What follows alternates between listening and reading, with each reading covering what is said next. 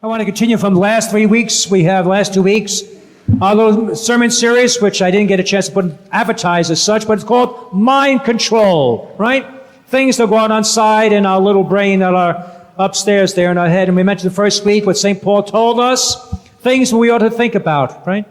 Whatever is true, whatever is honest, whatever is just, whatever is pure, whatever is lovely, whatever deserves respect, think about these things. And so we challenge ourselves to be focused on what goes through my mind. What do I focus on? Is it negative? Is it positive? Is it the blessings or is it the failures and disappointments? Because what we think is how we act.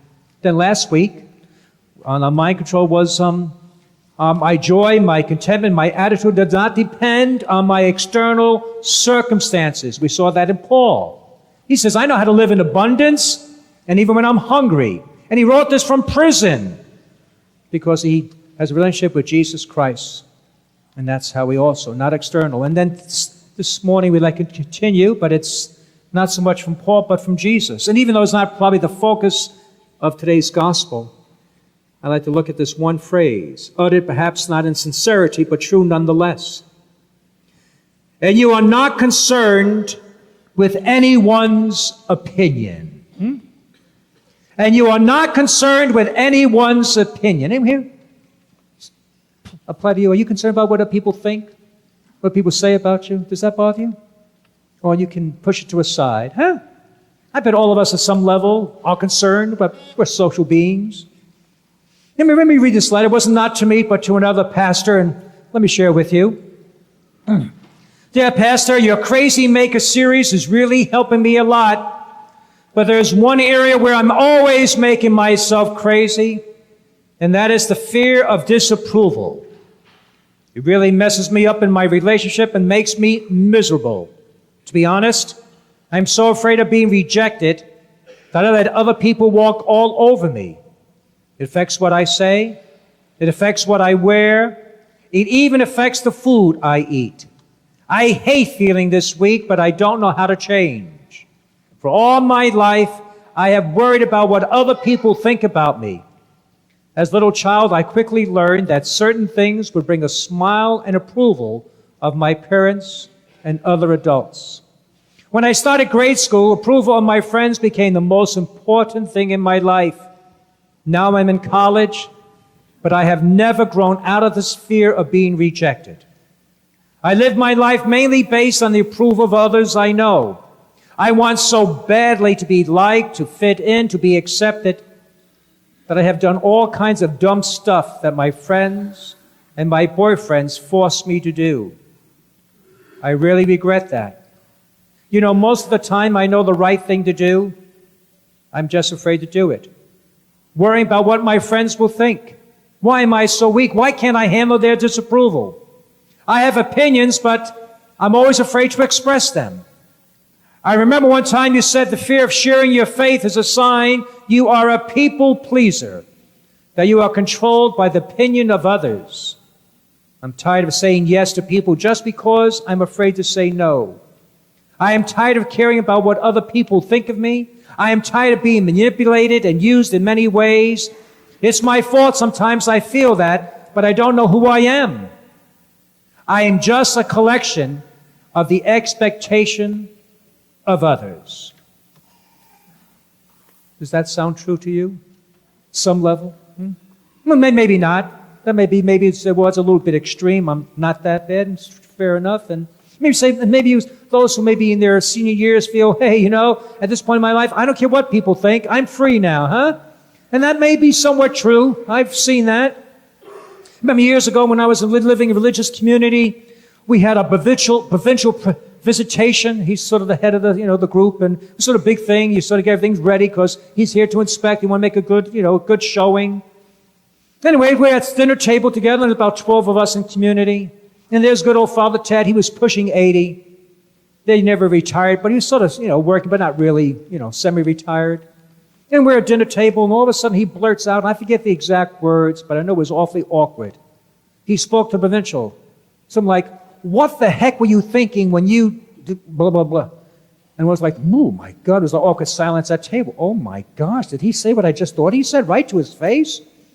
Oh well, anyway, dinner was over. I remember pulling aside my director, Father Pat. I said, Father Pat, what the heck was with Father Pat? With Father Ted, what was he doing? Oh, hey. He said, at this point, he doesn't care. What's he going to do? He's not worried about his next assignment, next promotion. Those things are done. The game is over. You can be who you are. Maybe you might feel that way about yourself, but that's not always true no matter what age you are. Guys, people have spoken to me, and I hear conversations about parents and godparents. And they're controlled by their kids. They're afraid of getting the disapproval of their children or grandchildren. That they may be labeled by their children or grandkids, you're not a good mother. You don't love me. And so they almost feel compelled, forced, they say, to do things that they know that's not right. They know they're sort of enabling, but they're afraid that they may be called not a good mother, not a good grandparent. And so they feel trapped. Their children's or grandchildren's opinion of them has a stranglehold. People pleasing, what is that, people pleasing? That we worry about what other people may think and say about us. Is that weird? People we don't even know. We're worried about what they may think about me. Really? Well, just this past Tuesday, we had a little meeting with pastors getting ready for Thanksgiving at the YMCA. There's 5 of us at table there in the lobby. And over to my left, I noticed a young man, must be in his early 20s. He's working on his laptop. And I couldn't help notice he had this big old sticker on the back of the laptop. And there it had the letter I, and then the heart, which means I love, and then these big red bold letters, Jesus.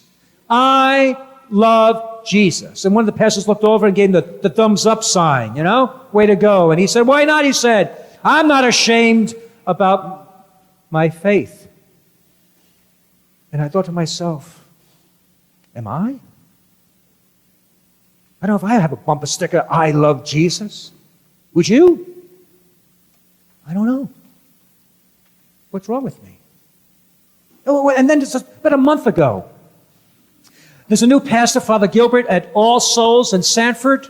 And so we priests here in West Volusia decided to have like a luncheon, welcome into our, well, he's not Volusia, but he's a neighbor close enough anyway, just to welcome him, get to know each other.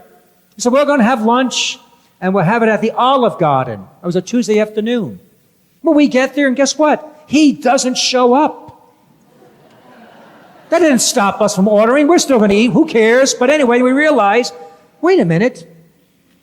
We forgot to tell him that's the Olive Garden in Orange City, not in Sanford. Oh, so we call him. Oops, okay, I'll be right over. And sure enough, he comes hustling in. And I said, oh my gosh, look at this guy. He's a young man, nice looking guy. But he's wearing the black cassock. You know what that is? Remember the old black cassock at the altar service? He's wearing that. I said, you wear that to Olive Garden? It's like come out of the Canterbury Tales. What are you doing?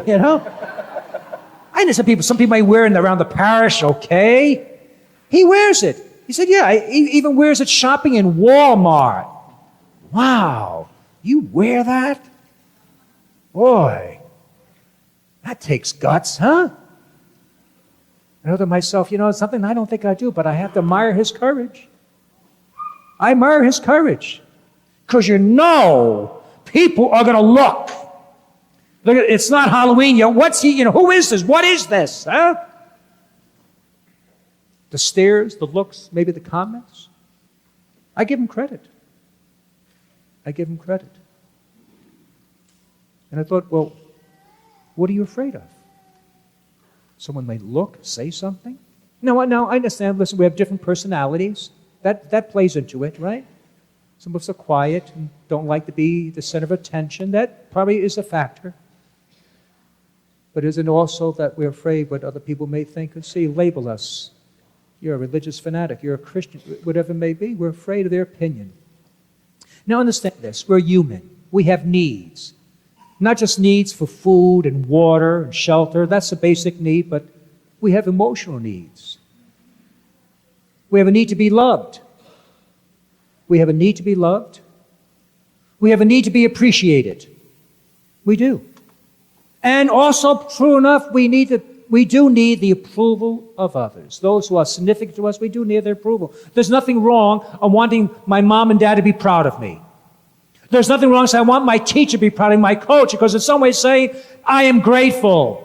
And I sort of honor you and thank you. There's nothing wrong with that, but it comes wrong like any gift when it comes abused, when I am strangled by it, when I can't live without having the need to be appreciated, to be approved, to be noticed, and it controls my life. That's the danger. That's the danger, because really, despite saying that, we do not need the approval of anyone to be happy. And maybe you never received the approval of your parents. As much as you want to do, no matter what you did, was never ever good enough. If you had C's, they wanted B's. If you got B's, they wanted A's. If you got A's, they wanted straight A's. And so you tried, and it never came. And so now you go through life transferring that to other people, wanting their approval, and you don't need it. You don't need it to be happy. The other thing is this, that as you try to be popular, be liked, and we try to keep up with the fads, that what we think is so important now is only temporary. Okay? What you think is so important now, the clothes, the design, the friend, it's only temporary. I think it was last Christmas at some Walmart, I don't remember where, that somebody went around and changed the price tags.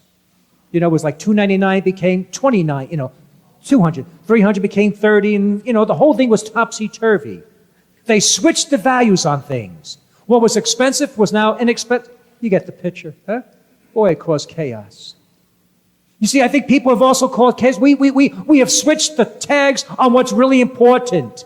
What really is a value, we have made cheap, and what's cheap in this world, we have put a high value on it. We put the wrong price tag on things. What are those things that we think are so important? Success, wealth, and fame. When we die, Jesus not going to ask, let me see your wallet, let me see your resume. That's not going to come out. And being famous is not all that good either. People spend years to become famous. And once they become famous, they go around wearing sunglasses and hat and disguises so you don't notice them. Okay? That's how good being famous is. You want it, and when you get it, you wish you didn't have it. You are so lucky you're not famous. You go anywhere you want. You can live your life. It's terrible being famous. Not that I am, but believe me, it's terrible. All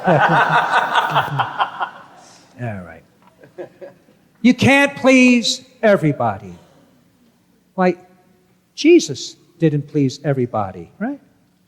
You're not better than Jesus. Again, when you die, God is not going to ask you, did everybody like you? Did everybody agree with you? Hope you didn't ruffle anybody's feathers? No. We have this wrong notion. Everybody has to like me. That's impossible. Everybody has to agree with, no. So stop trying for that. It's impossible. And God made you for a purpose, on purpose. God made you for a purpose, on purpose. Who you are, God made you that way for a purpose. With your talents, your skills, your pluses, but also with your shortcomings, your failings, your minuses. There's a reason He made you. So this idea, well, why can't you be more like your brother? Why aren't you more like your sister? Why can't you be like Father? Because I'm not. Because you're not. Because God made you for who you are. He didn't make you perfect, but He made you for who you are. And you can't please everybody. If you try to do what they say, someone's still going to criticize you. Someone still will criticize you. Does that give you a reason, therefore, to be gruff or rude? You be polite, be gentle, but you live your life. You live your life. And finally, God is the only person you have to please. He's the only person. Not your boss, not your parents, not your children. It's God. And so whenever decisions you make, is this in accordance with God's commands? Am I offending God? Now, I may make a decision, I may make choices, and it doesn't mean they're going to be right. But at least in my conscience, I know I did what I thought was right. I did not offend God. It was not out of vengeance, it was not out of anger. I can't say no one bats 1,000. It's what God wants. Proverbs 29:25. It is a dangerous trap to be concerned what others think about you. But trust in the Lord and you will be safe. It is a dangerous, dangerous trap. You know, I'll be honest with you, I struggle with this. It's, you know, even sometimes people who come to the office for help, they could be homeless and it bothers me. One lady came and I remembered her because she duped me last time. She lied to me and she came back and I knew. I said, well, this time, no. Okay? It's not going to happen. And then she gave me a look. Oh, the look saying, what kind of pastor are you? Oh, you're right. Am I not a good... And then I worry about people in my staff. They heard me say no. And they may think, oh, no, they think that Father Tom is... And now I'm stuck. I'm frustrated. Because if I give, I don't feel good. And if I don't, I don't feel good. And I wrestle with that because this person may think we're not good. People come up to me, you got to see so-and-so. I said, well, I just saw them the other day and I anointed them. No, you got to go now. But I can't. And they look at me like, I thought you were, oh no. And then I get frustrated and then I get short because I'm put in this position. Maybe those same things happen to you. People who put you in positions where you can't win. It's a struggle. Let me show you this picture, please. Check out this picture. Isn't it great? Do you see that? Not that picture. The other one. What are we doing there? The picture we just had. Where is it? There you are. Brother for sale. I love my sister. Huh? I said, well, somehow I got to use that in the homily. I said, and this speaks about the conflict. This really talks about those two different feelings that we may have, and those things go on inside of us. My need for approval, my need for love, my need for appreciation, which is a normal, healthy thing. And yet, I cannot let it control me. And so that's that battle, that conflict, the two different feelings that go on. And again, the truth is this. I play for audience of one, God alone. For the bigger that God is in your life, the smaller people become.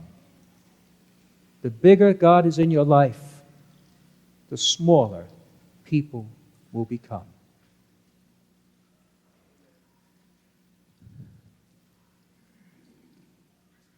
Please stand.